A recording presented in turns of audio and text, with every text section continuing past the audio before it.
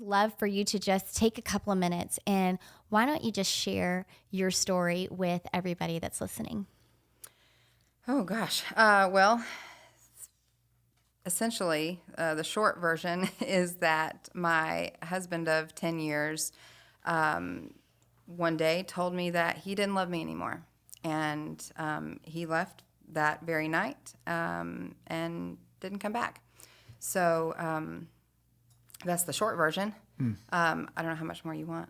But Well, there's a lot in there. Oh, yeah, That is the short version. It's a complicated thing. It is a complicated thing. When you asked the question, I was like, this is going to take the whole time. It did not. Oh no, It did not. that is, and so this was a total shock for you. Absolutely. And Yes. and it was not something you wanted, right? No. I fought for a long time, spiritually mostly, because you can't force someone physically to stay. So it was mostly a spiritual battle, and I fought hard. I found myself in a place that I never expected to. And I think when you're in that place and you're in such a space of deep desperation, thankfully I had roots in God and church and all of these things. But oh my gosh, I'm so grateful for that, because I don't know what else I would have done. It was like, this is all that I have. So, okay, God, like this is, I guess we're doing this together. Yeah. We're going to find our way out of it. So good. You had a verse that really became a banner over you for that season. Would you share that with us and what it meant to you?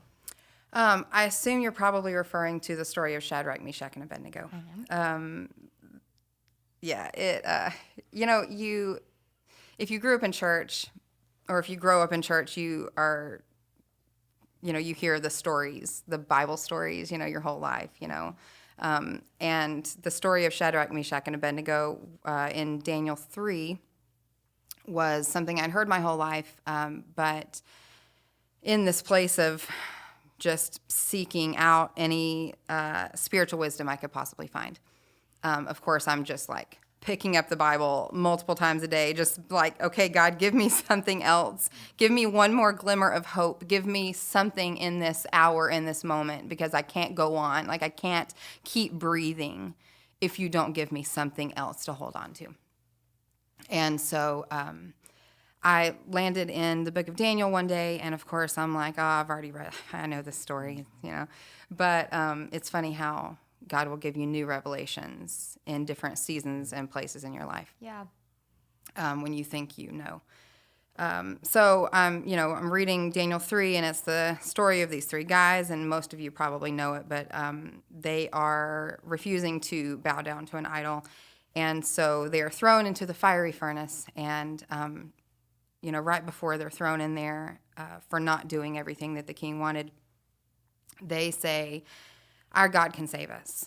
We know this. Our God can absolutely save us from this. He is strong enough.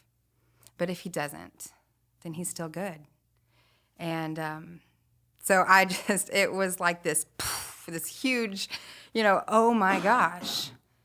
Okay, you can do this, God. You can absolutely do this. And I know you can. I believe you can. Mm-hmm. But if you don't, I'm going to be okay. Mm-hmm. You're still good.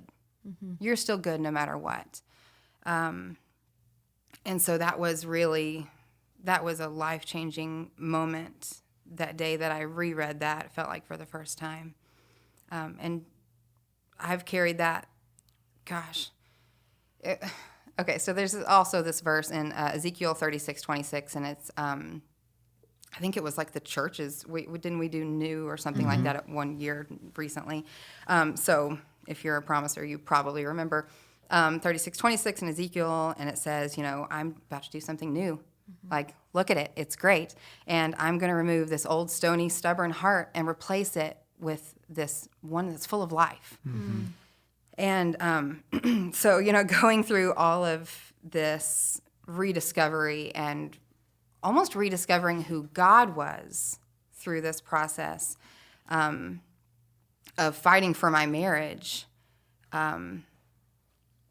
all of these revelations and, because I use this Ezekiel 36:26 to pray over my husband's heart. I'm like, oh my gosh, he's going to do something new. Like he's going to replace this old stony, stubborn heart with one that is new and fresh. And, and I just kept praying that. Like I kept saying, God, you're going to restore his heart.